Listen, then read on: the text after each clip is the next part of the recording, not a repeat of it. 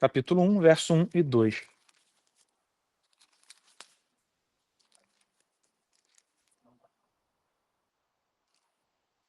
A gente vai estudar um pouco sobre essa igreja formada nessa cidade tão importante no primeiro século, que foi a cidade de Éfeso, e que era uma cidade importantíssima desde antes da vinda de Cristo. Uma cidade famosíssima, uma cidade portuária, se encontrava na região da Ásia Menor, onde hoje é a Turquia. Ela ficava no mapa, se eu pudesse mostrar para vocês, mas o mapa é pequeno, uma cidade portuária que se encontrava entre Esmirna e Laodiceia. E uma cidade na qual o apóstolo Paulo teve uma despedida belíssima e emocionante antes dele ir para Jerusalém e ser preso e nunca mais encontrar esses irmãos de Éfeso novamente. Essa despedida dele com os presbíteros de Éfeso se encontra no capítulo 20 de Atos. Ele vai para uma região um pouquinho abaixo da cidade de Éfeso, chamada Mileto, e lá, antes de embarcar no barco, ele tem uma despedida emocionante com os presbíteros dessa cidade, e que vocês podem ler com calma depois no capítulo 20 de Atos. Eu sempre me emociono quando eu leio esse capítulo, porque você vê o coração todo do apóstolo Paulo nas palavras finais dele aos presbíteros e líderes dessa igreja. Mas então vamos lá, pessoal. Éfesos capítulo 1, verso 1 e 2, diz assim: Paulo, apóstolo de Cristo Jesus pela vontade de Deus, aos santos que vivem em Éfeso e são fiéis em Cristo Jesus. Que a graça e a paz de Deus, nosso Pai, e do Senhor Jesus Cristo estejam com vocês. Amém. Pai Santo, nós bendizemos o teu nome, Senhor, te louvamos e agradecemos pela oportunidade de nos reunirmos livremente e estudarmos juntos a tua palavra, Senhor. Obrigado porque o Senhor nos abençoou muito no contato com a Epístola aos Gálatas. Fomos edificados, aprendemos mais sobre o Evangelho, nos apaixonamos mais por ele, Senhor, especialmente pelo Senhor Jesus, o Senhor do Evangelho, o Evangelho em pessoa. E agora nós estamos começando essa nova epístola. E o nosso desejo é que o Senhor continue realizando essa obra em nossas vidas. Que a gente, ao se desbravar e estudar melhor essa epístola, que a gente possa compreender a sua excelência, Senhor.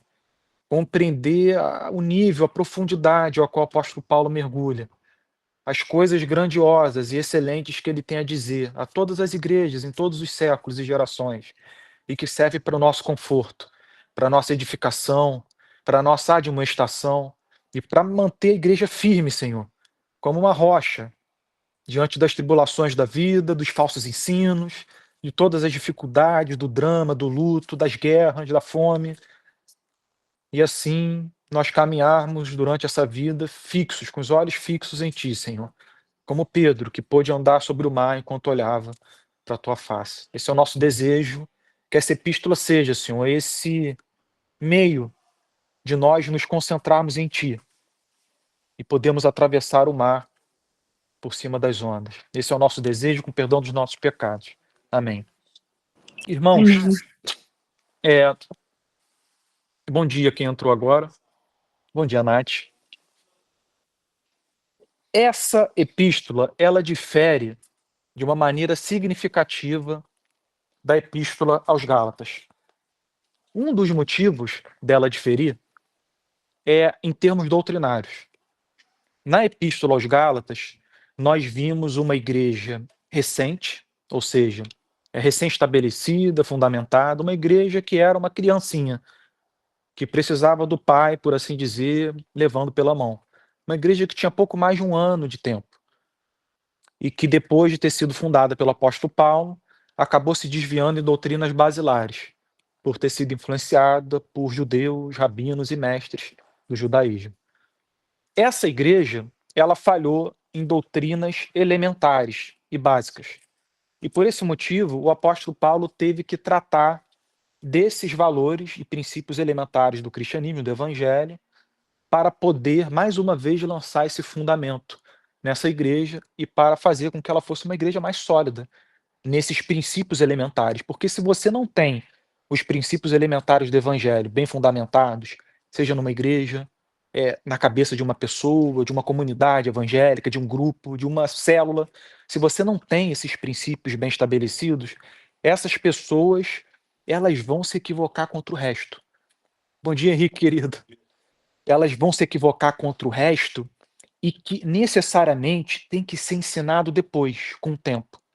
O que a gente vai ver o apóstolo Paulo ensinando nessa epístola difere da epístola aos Gálatas em termos de profundidade. Eu diria que em termos de uma cronologia teológica. São coisas que você não pode ensinar imediatamente ao recém-convertido. Você tem que dar, usando uma metáfora, leite. A criança tem que ser amamentada pela mãe antes de receber alimento sólido e consistente. E essa é a situação, essa foi a situação dos Gálatas. Aqui, na igreja de Éfeso, a gente tem uma situação diferente. Eles não falharam nos princípios elementares do evangelho. Muito pelo contrário, eles conheciam eles muito bem. A doutrina que a gente viu no estudo dos Gálatas sobre a justificação pela fé, por exemplo, era uma doutrina muito bem estabelecida na igreja de Éfeso.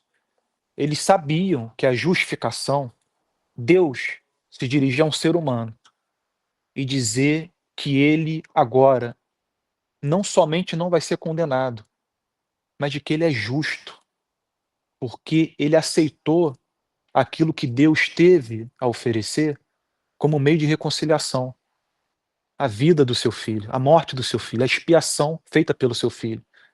Essa igreja sabia o que significava isso. Ela confiava nisso, ela não tinha problemas em compreender que o ensino que dizia que a gente precisava da fé em Jesus e a circuncisão, o jejum, a observância de uma série de preceitos do Antigo Testamento e outras coisas mais para sermos salvos, era errado. Eles sabiam disso. Então aqui o apóstolo Paulo não precisa lidar com essas questões elementares. Ele vai lidar com coisas muito mais profundas. E nesse sentido, essa era uma igreja que não precisava de alimento da infância, mas de um alimento mais sólido. Essa era uma igreja também que diferia no sentido de estar sendo influenciada por falsos mestres.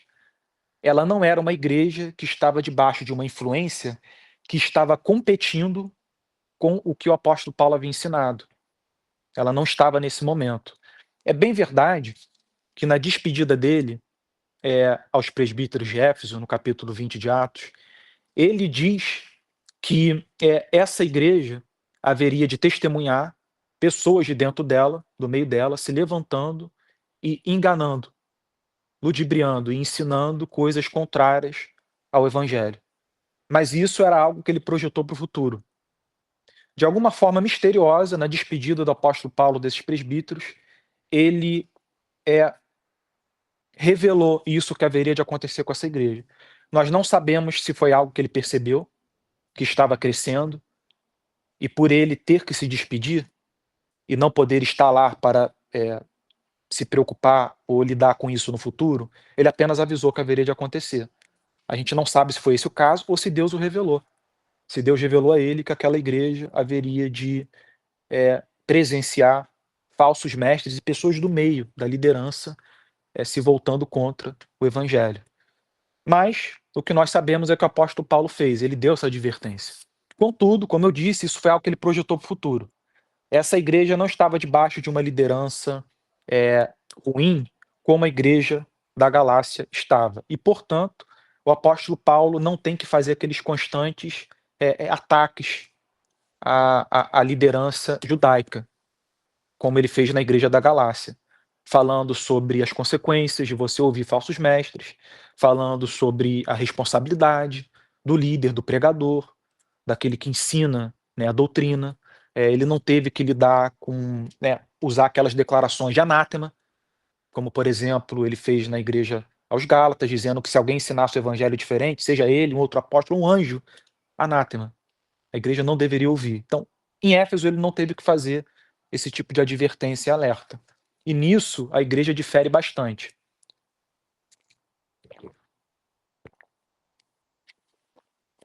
Um outro ponto em que a igreja difere é que essa igreja de Éfeso, ela estava preparada para ouvir parcelas da doutrina ensinada pelo Senhor Jesus que a igreja da Galácia não estava. E isso deve servir de uma grande lição para nós.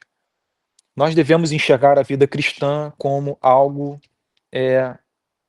gradativo, progressivo. É um processo, é como uma longa caminhada, uma jornada até o cume do monte, em que muitas vezes você tropeça, cai, você não necessariamente volta para o início, mas muitas vezes você para no meio da subida. E você tem que rever a sua vida, repensar, refletir, muitas vezes se arrepender e dali continuar em diante a jornada. E isso é importante da gente levar em conta, porque a forma que os apóstolos lidaram com as igrejas, pelo que nós observamos nas cartas, nos mostra que nós devemos ter o discernimento de saber o que ensinar, quando ensinar, como ensinar e a quem ensinar. Tem momentos na vida do pregador, daquele que ensina, do presbítero também, em que ele vai ter que selecionar, com base no julgamento que ele vai fazer da congregação, aquilo que ele vai poder entregar à congregação. E se essa congregação não for apta para receber todo o conselho de Deus, ele vai ter que entregar migalha por migalha. Como um pai que alimenta o filho de uma forma na infância, né, e depois que ele cresce, amadurece um pouco e assim por diante. Então isso é profundamente instrutivo para aqueles que fazem parte de lideranças em igrejas, né, especialmente numa época como a nossa, em que o mesmo conteúdo é dado a todos. Que tipo de conteúdo? É, as promessas de Deus. Elas são oferecidas aos de dentro, aos de fora, aos recém-convertidos, aos que já têm muitos anos de conversão, sem nenhuma distinção, sem nenhuma reflexão, sem nenhuma ponderação, sem nenhuma preocupação com o fato de que tem gente que não dá conta de ouvir, no momento que está de vida, todo o conselho de Deus. Então você sair imediatamente, né, num lugar público, começar a falar sobre doutrinas do Apocalipse, que por si só já são muito difíceis de serem compreendidas, e misturar com inferno, lago de fogo, condenação, ignorando que nós devemos ter sabedoria e saber como lidar com os de fora e os de dentro, isso é prejudicial à igreja. Isso é prejudicial ao evangelho. É como, mais ou menos, você fazer o que aquela moça que estava possuída de um espírito, bom dia, gente, fez é, enquanto o apóstolo Paulo estava na cidade de Filipos. A Bíblia diz que uma moça que possuía algum tipo de espírito maligno ia atrás de Paulo, de Barnabé, e gritava: esses homens são os filhos do Deus vivo, e eles falam sobre o evangelho, as promessas de Deus, e essa moça repetia isso todos os dias. Até o ponto que o apóstolo Paulo, insatisfeito e indignado, repreendeu a moça. E é interessante ele ter repreendido, porque ela não estava mentindo. Ela estava falando uma verdade sobre eles e uma verdade sobre Deus. Mas por que ele repreendeu? Porque aquilo estava sendo prejudicial, muito embora fosse a verdade. Aquela moça estava sendo impulsionada ou influenciada por um espírito maligno que estava usando a verdade de uma maneira prejudicial à igreja. Então, ao analisarmos as diferentes epístolas e a forma que os apóstolos lidaram com a igreja, nós devemos levar isso em conta. Uma é a mensagem entregue à igreja da Galácia. Outra é uma mensagem muito mais completa, complexa e profunda que foi entregue à igreja de Éfeso. Então, aqui no verso 1, nós temos a seguinte prefácio e saudação do apóstolo, que é bem breve, por sinal. Por que é breve o prefácio? Nós vamos ver mais à frente que ele faz uma introdução longa, do verso 3 ao verso 14. Uma espécie de verdadeira bênção que ele tem a dizer sobre essa igreja. E por isso ele faz um prefácio mais resumido. E aqui nós lemos o seguinte: Paulo, apóstolo de Cristo Jesus, pela vontade de Deus, aos santos que vivem em Éfeso e são fiéis em Cristo Jesus. Um dado importante sobre essa epístola que nós devemos saber é que o apóstolo Paulo estava preso. Essa epístola ela foi escrita provavelmente por volta de 62 depois de Cristo. Nesse período o apóstolo Paulo estava preso em Roma. Então essa carta ou foi escrita por ele com o próprio punho, Ou, caso ele estivesse algemado na prisão domiciliar, que eu acredito que não estava, eh, alguém escreveu, enquanto ele ditava. De qualquer forma, é evidente que aqui ele se apresenta como o escritor e autor da epístola. E ele começa dizendo que ele é apóstolo do Senhor Jesus pela vontade de Deus. Isso ele nunca poderia deixar de omitir, porque isso era importante, para a sua própria credencial como apóstolo, para que a igreja fosse sempre lembrada de que, apesar dele ser torturado, chicoteado, constantemente preso, perseguido, difamado, caluniado, ele ainda era um apóstolo escolhido pela vontade de Deus. Isso tem um valor imenso para as nossas próprias vidas, porque o que isso diz é que, apesar dos nossos defeitos, falhas, tropeços, erros, apesar das circunstâncias estarem contra nós, das coisas estarem dando errado, isso não significa que os planos de Deus falharam. Nós estamos onde nós estamos por causa da sua vontade, que ou nos guiou para tomarmos a decisão certa, ou permitiu que nós tomássemos a decisão errada. Isso é soberania. É um Deus que cuida de nós. E ele sempre fazia questão de lembrar o seu apostolado, aquilo que Deus havia realizado na vida dele. Ele nunca podia esquecer disso. Isso era importantíssimo.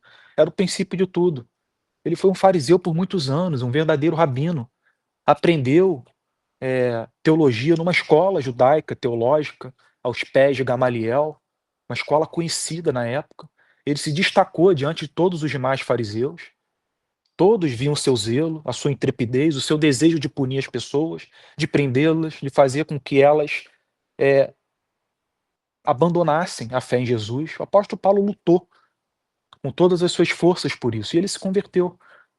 Jesus o convenceu da loucura, do erro, do zelo desmedido, ignorante em que ele estava. E a luz brilhou sobre a mente, sobre o coração dele, e ele enxergou a verdade. Então ele nunca podia esquecer disso. Isso era o fundamento. O fundamento era a obra que Deus realizou na vida dele. E ele sempre apresentava primeiro esse fundamento em suas cartas. E depois ele diz aos santos que vivem em Éfeso. O que significa isso? Significa que naquela cidade profundamente politeísta, em que existia um templo famosíssimo, construído em nome da deusa Diana, conhecida entre os romanos por esse nome, e entre os gregos pelo nome de Ártemis, no meio dessa cidade, onde reinava a idolatria, o paganismo, cultos religiosos nos quais ocorriam orgias, pessoas muitas vezes se embebedavam até cair, pois acreditavam que ao se embebedar entravam numa espécie de transe com os deuses. No meio desse cenário religioso caótico, o apóstolo Paulo lembra a esse povo, a essa igreja, de que eles eram santos. O que significa? Que eles eram pessoas moralmente rigorosas e ascéticas? Não, necessariamente. O que significava é que essa gente havia sido chamada por Deus para viver uma vida diferente e separada dos demais. Eles viviam colado nos pagãos, nos idólatras, nas demais pessoas da cidade, mas Deus os havia confiado um propósito diferente de vida. Havia os separado para uma vida que pudesse fazer resplandecer a excelência, a beleza do Evangelho, da vida de Jesus, que residia dentro do coração deles e que haveria de se manifestar. Paulo sempre lembrava as igrejas de que as igrejas eram como santos, pessoas que foram separadas do rumo, do destino, do estilo de vida que esse mundo leva. O cristão precisa lembrar disso, porque por mais que a gente não deva se separar ou nos afastar da sociedade a ponto de não ter mais contato com ela, de não se contaminar, por assim dizer, eh, nós não devemos esquecer de que Deus eh, realizou a sua obra em nossas vidas para que nós fôssemos como uma cidade edificada sobre o monte, sabe? Uma lâmpada que é colocada na mesinha de casa para iluminar todo o recinto. Nós somos como o sal da terra, a luz do mundo. Nós precisamos conservar, iluminar, servir de refúgio, de instrução, de amparo. E para que isso seja feito, nós temos que levar a nossa vida no meio, né, da fornalha. Nós não precisamos ou não devemos pedir a Deus para nos livrar dessa fornalha, que é a condição hoje da vida no mundo, mas pedir para Jesus entrar nela conosco, para que, como os amigos de Daniel, a gente caminhe no meio desse fogo com ele, e não sejamos queimados, influenciados, sabe, maculados pela fornalha. E nesse sentido, nós devemos lembrar que Deus não quer que nós nos retiremos da sociedade, nos afastemos de todos, sem termos mais nenhum contato com ela. Nesse sentido, os séculos passados, os monges erraram. Eles erraram. Hoje nós recebemos mais luz do que eles. Nós sabemos que Deus não exige isso de nós. Mas em tempos passados, isso foi compreendido dessa forma. Eles entendiam que eles se tornavam mais santos à medida em que eles se afastavam da sociedade. Mas Paulo diz que não. Vocês são os santos que vivem em Éfeso, não no topo de uma montanha, dentro de um monte de pedra e de ruína. Vocês são os santos que vivem em Éfeso, no lugar onde existe o templo da deusa Diana, onde o lugar onde está sobre o poder do Império Romano, no lugar onde existem governadores, proconsúleis, pessoas perversas que conduzem o povo. É ali que vocês vivem, é ali que vocês devem ficar. Então isso é importante da gente lembrar. Aos santos que vivem em Éfeso e são fiéis em Cristo Jesus. Era importantíssimo ele lembrar disso, nesse ponto, porque hoje não é comum, nós vermos pessoas fiéis, fidedignas, a causas que não sejam, né, o catolicismo, o cristianismo ou a religião islâmica. Mas naquele tempo você tinha diferentes tipos de fidelidade.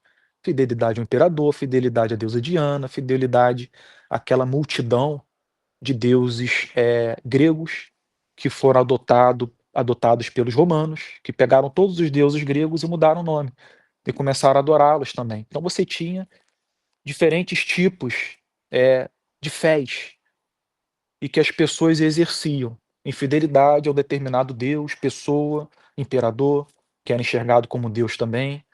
E aqui o apóstolo Paulo tinha que lembrar: vocês são fiéis a Jesus. Jesus é o Senhor de vocês, ele é o Kyrios. Ele é aquele que tem o direito sobre a vida de vocês, porque ele é digno. E vocês devem viver a vida de vocês desejando agradar a ele, pois nenhum soldado que foi regimentado pelo seu comandante, o Senhor, deseja fazer algo que o desagrade. Pelo contrário, deseja ser um soldado fiel. E é por isso que a metáfora que o apóstolo Paulo usa, uma das que ele usa com mais frequência, é de guerra. E aqui nós devemos lembrar que, assim como esses irmãos permaneceram fiéis naquele tempo ao Senhor Jesus, um tempo muito difícil, nós devemos trazer isso para o nosso tempo e lembrar de que, nós continuamos na mesma obra, no mesmo propósito. O Senhor Jesus nos chama para a mesma coisa, sermos fiéis a Ele, honrarmos o seu nome, porque Ele é digno e porque Ele quer o nosso bem. É honrando o seu nome, servindo a Ele, o amando, que nós encontramos verdadeira paz, felicidade, contentamento. É assim que os problemas são resolvidos. É através da fé nele que a gente vence esse mundo, cheio de aflições, pois ele venceu em nosso lugar, em nosso favor. Então a gente sempre deve lembrar dessas palavras iniciais do apóstolo, nunca passar muito rápido por elas. E no verso 2, ele diz: que a graça e a paz de Deus, nosso Pai, e do Senhor Jesus Cristo estejam com vocês. Por que ele faz essa distinção? Que a graça e a paz de Deus estejam com vocês. A graça, nós podemos, dizer que ela é a fonte, ela é o início de tudo. É por causa dela que nós recebemos todas as bênçãos que Deus tem separado para nós. A graça é a fonte e a consequência, entre muitas, ou os benefícios, é a paz. E por isso o apóstolo Paulo sempre manifestava esse desejo, que a graça, a fonte de todas as bênçãos do nosso Deus e a paz do Senhor Jesus esteja sobre vocês. Inclusive, isso é tão importante que a gente não encontra somente na introdução das epístolas, mas no final. As bênçãos apostólicas que eu, né, faço, o pastor Antônio, no final do culto, elas visam, né, lembrar a igreja dessa realidade. devido à sua importância. E os apóstolos fazem a mesma coisa no primeiro século. Que a graça e a paz de Deus, nosso Pai e do Senhor Jesus Cristo estejam com vocês. Isso é muito bonito também num outro sentido, porque mais do que o apóstolo Paulo está manifestando o desejo dele, do que ele queria que acontecesse com essa igreja, na verdade o que ele está dizendo vai além. Ele está falando sobre o desejo de Deus. É a graça e a paz de Deus. E Deus deseja que estas estejam com a igreja. Deus deseja que nós vivamos nesta graça e vivamos em paz. Esse é o desejo dele para conosco. E eu acho que é, muitas vezes a igreja esquece dessa verdade. Se mete em muitas brigas e guerras desnecessárias e não consegue viver em paz. Eu acho que o nosso tempo hoje, ele tem sido muito revelador dessa verdade, porque as pessoas elas têm entrado em contendas com muita rapidez e prontidão, mas sem a compreensão de que Deus deseja que nós vivamos em paz, até quando nós entrarmos em guerra, nós vamos entrar mal, porque há um modo de entrar na guerra, e não é o modo em que as pessoas têm entrado hoje em dia. Se elas querem lutar pelos valores cristãos, se elas querem lutar contra influências ideológicas que estão tomando conta do campo legislativo do nosso país ou de outros países, eu entendo a necessidade dessa luta, eu entendo. Contudo, há uma forma que isso deve ser feito, e não é a forma que tem sido feita. Por quê? Porque as pessoas não vivem em paz. Elas não vivem em paz. E por isso elas não conseguem lidar com o próximo de uma maneira pacífica, respeitosa, digna. Insultam, ofendem, difamam, caluniam e acabam servindo como um escândalo, uma pedra de tropeço para aqueles que não conhecem Jesus. Então a gente sempre deve lembrar de que o desejo do nosso Deus é que nós vivamos em paz. Não é que a gente não deixe de batalhar pelos valores cristãos, não é isso. Não é uma espécie de inércia excessivamente pacífica, mas é nós demonstrarmos aquele caráter do pacificador que também tem zelo pela glória de Deus. Que ambas as coisas caminham juntas. Não ligar é um problema, mas ter esse zelo desmedido também é. Então o apóstolo Paulo faz essa introdução nos 2 primeiros versos. Alguém gostaria de fazer alguma contribuição, participar? Até então, alguém de casa?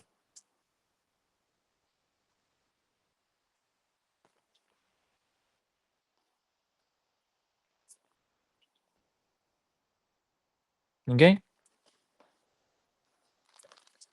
É, eu vou fazer o seguinte com vocês, como não dá tempo de entrar nos versos 3 em diante, eu vou fazer, um panorama do que o apóstolo Paulo está dizendo a partir do verso 3 e que se conclui no verso 14, para que vocês entendam onde a gente vai entrar nas semanas seguintes. Esses versos são importantíssimos. Aqui nesses versos a gente tem praticamente todo o plano de redenção de Deus destrinchado, só que ele vai muito além em termos teológicos e doutrinários. Ele fala coisas aqui que ele não fala em outras epístolas, por exemplo. Tamanha profundidade teológica dessa epístola. E aqui nós também temos exemplificado a doutrina da Trindade de uma maneira belíssima. E eu gostaria de abordar isso com vocês agora no final da aula, só para vocês entenderem onde a gente vai entrar nas próximas semanas. Por exemplo, no verso 3, ele começa dizendo: Bendito seja o Deus e Pai de nosso Senhor Jesus Cristo. Aqui ele está falando do Pai. Se vocês acompanharem mais à frente, no verso 7, ele começa a falar sobre o Filho. Percebam só. No verso 3, bendito seja o Deus e Pai de nosso Senhor Jesus Cristo. Verso 7, nele temos a redenção pelo seu sangue. Aqui ele começa a falar do Senhor Jesus. Ele começa falando do Pai, coisas fantásticas, depois ele passa a falar do Filho, e mais à frente, quando ele chega no verso 13, percebam, nele, também vocês, depois que ouviram a palavra da verdade, o evangelho da salvação, tendo nele também crido, receber o selo do Espírito Santo. e aqui ele fala sobre a terceira pessoa da Trindade. É tudo minuciosamente redigido, escrito, visando lembrar a igreja da excelência, da profundidade, de quão maravilhoso era o plano da redenção, posto em vigor pelo nosso Deus e pelo seu Filho e pelo Espírito Santo. Então esses versos, eles são realmente extraordinários. Para vocês terem ideia, o pastor e pregador Martin Lloyd Jones, assim como muitos outros, eles pregaram do verso 3 ao 14, se não me falha a memória, por cerca de 3 meses, até concluírem. Tem alguns versos aqui, do 3 ao 14, que o Martin Lloyd Jones pregou mais de um domingo. Tamanha importância. Se eu não me engano, o verso 7, ele pregou 3 domingos seguidos sobre ele. Então, é uma introdução muito importante, de que eu gostaria de levar bastante tempo vendo ela com vocês, a partir da semana que vem. Mas eu quis deixar só esse panorama para vocês compreenderem que na mente do apóstolo Paulo, doutrina é a base, é o fundamento a ser lançado. Antes dele falar sobre como a gente deve viver, no capítulo 4 ou 5, como tratar a mulher, como a mulher deve tratar o marido a mulher, como o pai deve tratar os filhos, como os escravos devem lidar com seus senhores, antes disso tudo, tem isso aqui, doutrina, trindade, plano da redenção, porque isso é o fundamento. Sem isso, a vida vai ser moldada por outra coisa. O que faz a vida ser moldada de modo a você ter um bom casamento, uma boa relação com os filhos, uma boa família, a fim de que você saiba como lidar com o seu patrão, entre outras coisas, é isso, é doutrina. E é por isso que as epístolas sempre começam com ensino e doutrina, e depois vem o como viver, como nos proceder. Então, irmãos, essa foi a nossa aula de hoje. Eu não vou me estender mais, porque a gente precisa de um tempinho para lanchar, tomar um café, e a mesa está bonita hoje. Então, eu gostaria de saber se alguém gostaria de fazer essa participação final da nossa aula, mencionar alguma coisa, e a partir da semana que vem a gente mergulha mais a fundo. Alguém gostaria?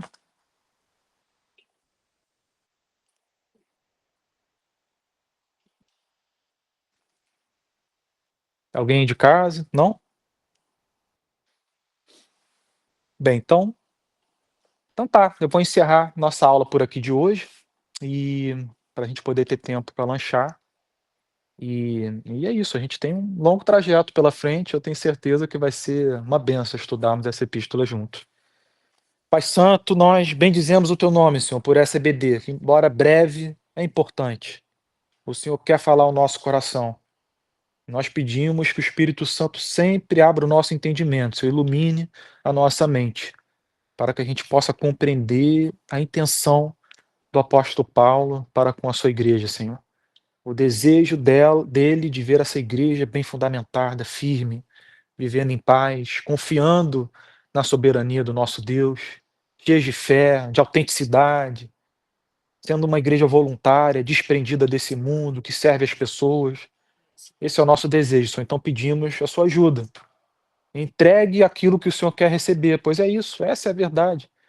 O que o Senhor quer de nós é aquilo que nós dependemos de Ti para receber, Senhor. Então assim nós oramos com o perdão dos nossos pecados, em nome de Jesus. Amém. Irmãos, um abraço forte em cada um de Amém. vocês e que Deus os abençoe no nosso culto, tá bem? Amém. Aninha, Amém. obrigado por ter gravado a aula.